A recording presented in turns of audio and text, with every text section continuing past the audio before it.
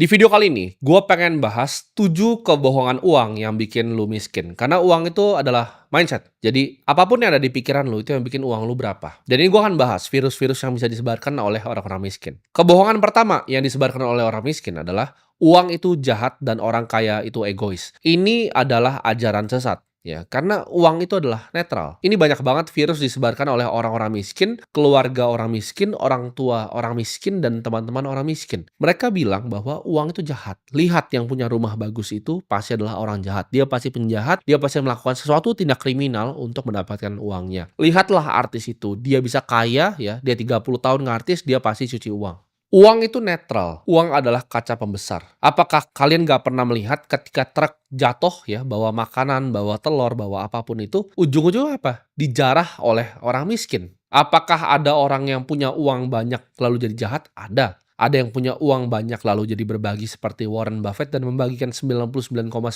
kekayaannya? Banyak juga. Orang yang bikin IKEA juga membagikan uangnya. Uang itu seperti api, bisa dipakai untuk memasak makanan dan bisa dipakai juga untuk membakar rumah. Jadi uang itu netral, jangan berpikir bahwa uang itu jahat. Satu-satunya yang ngasilin uang itu adalah hal jahat, cuci uang, korupsi, dan lain-lain. Itu adalah virus yang disebarkan oleh orang miskin. Semua itu selalu tergantung ke siapa yang memegangnya. Karena gue percaya kalau kalian pengen uang datang ke hidup kalian, kalian harus paham ya cara kerja uang dan kebenarannya tentang uang. Jadi jangan punya mindset bahwa uang itu adalah jahat dan orang kaya itu semuanya egois. Jawabannya enggak. Orang miskin juga banyak yang egois, banyak yang suka jarah orang lain. Malah kebanyakan kriminalitas di dunia ini dilakukan oleh orang miskin, bukan orang kaya. Yang kedua, kebohongan yang banyak gue dengar adalah kerja keras sama dengan kekayaan. Banyak sekali orang yang gue tahu kerja sangat keras tapi nggak pernah kaya-kaya. Kerja keras itu adalah sesuatu hal yang mulia dan itu adalah awal dari kekayaan. Ya gue bilangnya awal dari kekayaan, tapi bukan sama dengan. Bukan lu kerja keras pasti lu menjadi kaya, itu tidak. Dunia ini tidak bekerja dengan adil. Ada orang yang bekerja keras seumur hidupnya dari pagi sampai malam dan dia juga tidak kaya. Apalagi orang yang tidak bekerja keras sudah pasti tidak kaya.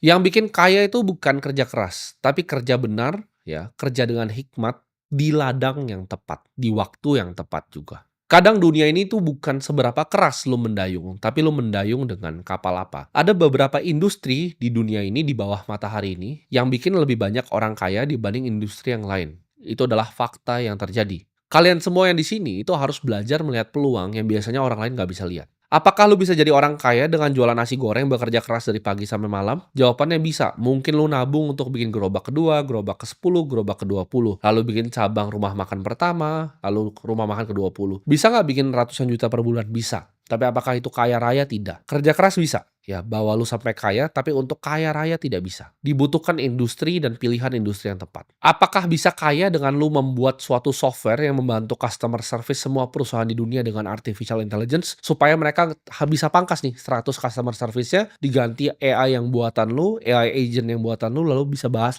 semua CS-nya. Contohnya perusahaan seperti Traveloka, CS-nya itu semua pakai perusahaan punya lu. Contohnya seperti perusahaan yang gua punya, semua CS-nya itu pakai software lu. Itu jauh akan lu lebih kaya dibanding lu jual nasi goreng sampai 20 cabang atau 30 cabang. Jadi jawabannya adalah pilihan industrinya. Ada industri seperti finance and investment yang bikin orang tuh banyak sekali yang kaya. Karena investasi itu adalah ujungnya. Banyak yang nanya kenapa gue adalah seorang investor. Awalnya memang gue pedagang dulu. Ya, level 1 pedagang, level 2 itu pengusaha, level ketiga baru investor. Semua pengusaha paling kaya di dunia itu ujung-ujungnya jadi investor.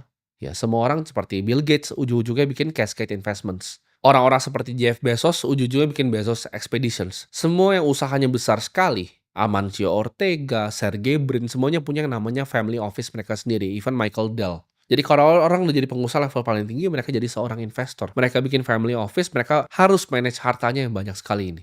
Jadi jawabannya kerja keras itu tidak sama dengan kaya, tapi kerja tepat di waktu yang tepat, di industri yang tepat, itu yang bisa bikin kaya.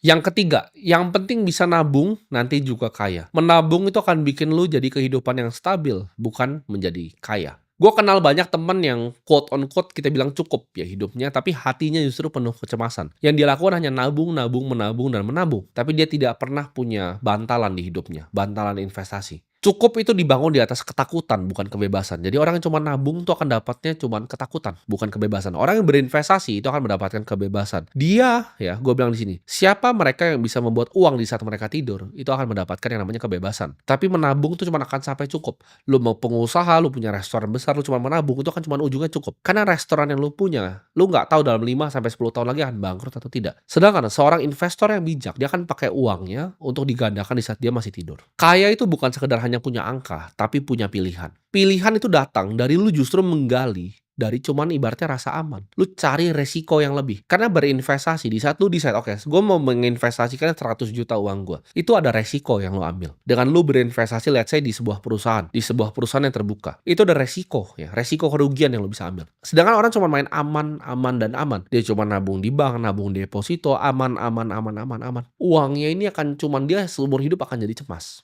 Uangnya cukup nggak? Uangnya cukup nggak? Sedangkan orang yang mengambil resiko lebih, itu yang berinvestasi yang akan selamat. Karena jebakan dunia ini itu, orang yang nggak berani mengambil resiko, orang yang selalu mainnya aman, itu yang selalu berbahaya hidupnya justru. Keempat, mereka berpikir bahwa pendidikan formal adalah segalanya. Ketika mereka selesai kuliah, mereka selesai S1, mereka stop belajar tentang dunia. Banyak yang lo lihat S1 itu ujung-ujungnya tukang jualan gorengan, S1 ujung-ujungnya cuma jadi ojol. Kenapa? Karena mereka stop belajar ketika mereka sudah lulus. Mereka anggap dunia ini berhenti. Pendidikan formal segalanya, oke, gue udah lulus, gue berhenti belajar. Jalur itu dibuat sama orang tua kita, ya. Itu dunia lama yang sudah tidak ada lagi. Dengan perkembangan teknologi seperti ini, ya, gaji yang stagnan, itu lu akan cepat untuk mati di hidup ini. Kalau lu cuma ikut arus, lu akan tenggelam. Lu harus upgrade skill lu. Lu harus up to date dengan semua teknologi terbaru yang terjadi di dunia ini. Belajarlah menanam skill baru sebelum lapar itu datang. Kebanyakan orang itu baru belajar ketika sudah harganya terlalu mahal untuk berubah. Jadi jangan menjadi orang yang stagnan. Dan pendidikan formal bukan segalanya. Gue bukan orang yang punya pendidikan formal. Tapi sejak gue usia 15 tahun, gue udah fokus untuk belajar apa itu investasi. Gue udah belajar terjun ke capital market. Gue melihat perusahaan itu secara detail. Arus kas tuh gue lihat seperti darahnya.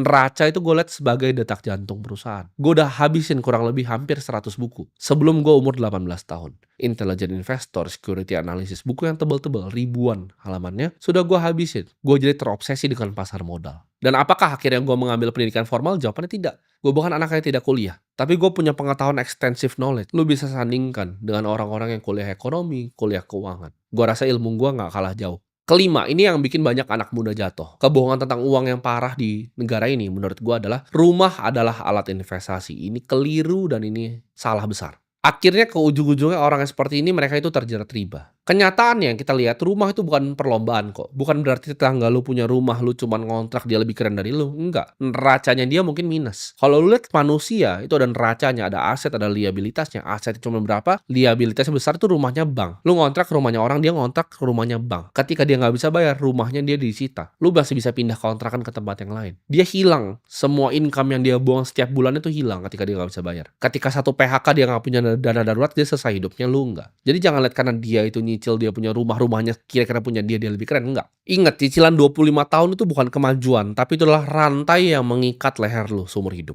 Aset yang benar adalah aset yang menghasilkan, bukan yang lu bayarin asetnya terus. Itu bukan aset, itu liabilitas. Orang bilang, tapi kan itu properti. Properti itu akan jadi aset ketika capital gain-nya naik dan lu mendapatkan biaya sewa. Ini baru disebut lu digabungkan ini dua jadi IRR, Internal Rate of Return dari sebuah properti. Tapi kalau capital gain-nya nggak pasti, rumahnya biasa-biasa aja, lu nyicil jadi liabilitas di neraca lu, dan ya lu gimana cara sewain orang lu tinggal di sana?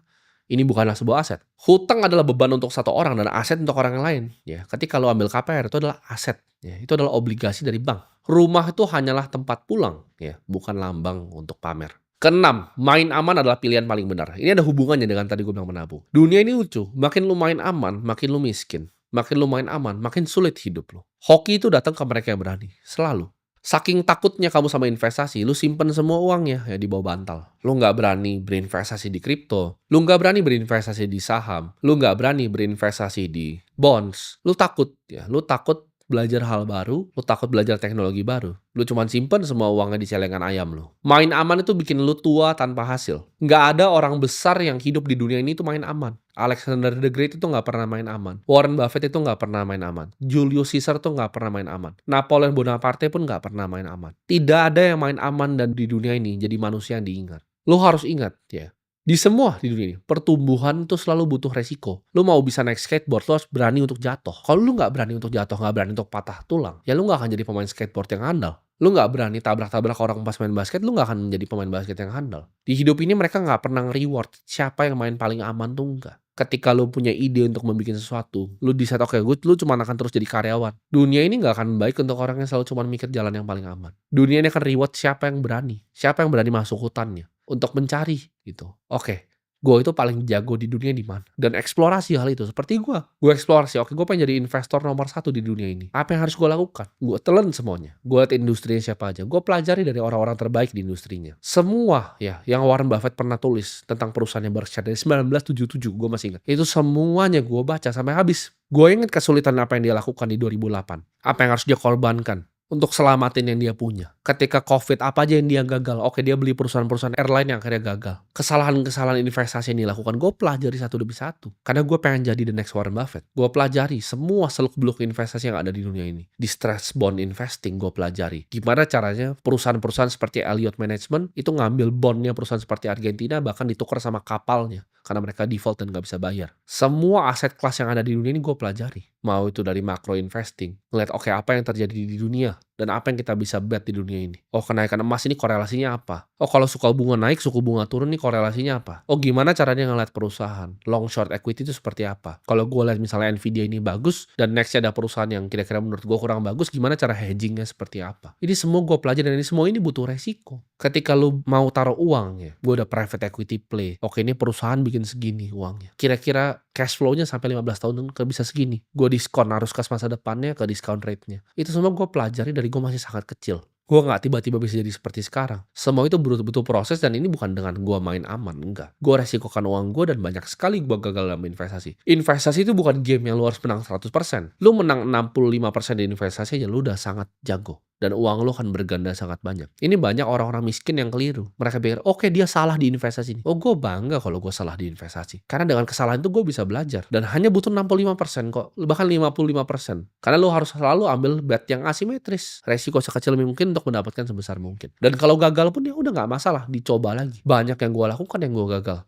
Baik saham, kripto, banyak sekali yang gue gagal. Tapi gue sangat bangga. Dan gue pengen kalian juga lihat prosesnya semuanya. Ketujuh, dan ini menurut gue yang paling bahaya. Berhutanglah untuk mulai suatu bisnis. Ini jelek sekali, minta ampun jelek sekali. Banyak orang-orang daerah mungkin menggadai mereka punya aset macam-macam untuk berbisnis yang tidak pasti. Bunga hutang itu adalah sebuah kepastian, dan bisnis itu adalah ketidakpastian. Tidak ada yang pasti lu bisa lakukan untuk berhutang untuk bisnis. Kalian mungkin akan counter gue, tapi perusahaan TBK banyak yang punya hutang, itu mereka aja. Jadi juga perusahaan TBK yang nggak punya hutang, perusahaan private besar yang kayak TBK nggak punya hutang aja ada. Kalau hutang untuk jangka pendek, hutang vendor segala macam nggak masalah. Gue ngomong hutang jangka panjang, liabilitas jangka panjang. Ini ya, perusahaan yang melakukan ini TBK ketika krisis 98 terjadi. Gue tahu persis karena gue tahu orang-orangnya. Gue kenal dengan Bang Sandi, gue kenal dengan orang-orang pelaku industrinya. Ketika mereka berhutang banyak dan hutangnya dalam valuta asing, ketika itu naik, mereka bukan orang bodoh, mereka orang pintar. Tapi karena mereka berhutang dan hutangnya dalam USD, apa yang terjadi ketika USD-nya naik dan krisis terjadi di dunia? Kebakaran.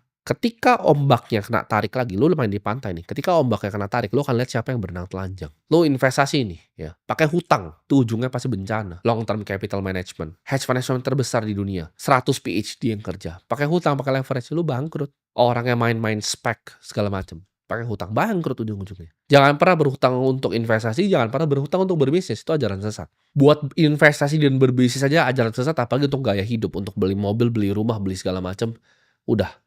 Stop gitu. Karena orang yang nggak pernah berhutang kayak gue lebih sulit untuk bangkrut. Gue bukan bilang nggak bisa untuk bangkrut, tapi gue lebih sulit untuk bangkrut karena gue tidak punya hutang. Hidup gue tuh tanpa hutang. Investasi gue semua ke nol, gue masih punya aset. Gue nggak punya hutang. Jadi hindari 7 kebohongan itu, gue yakin hidup lo akan berubah.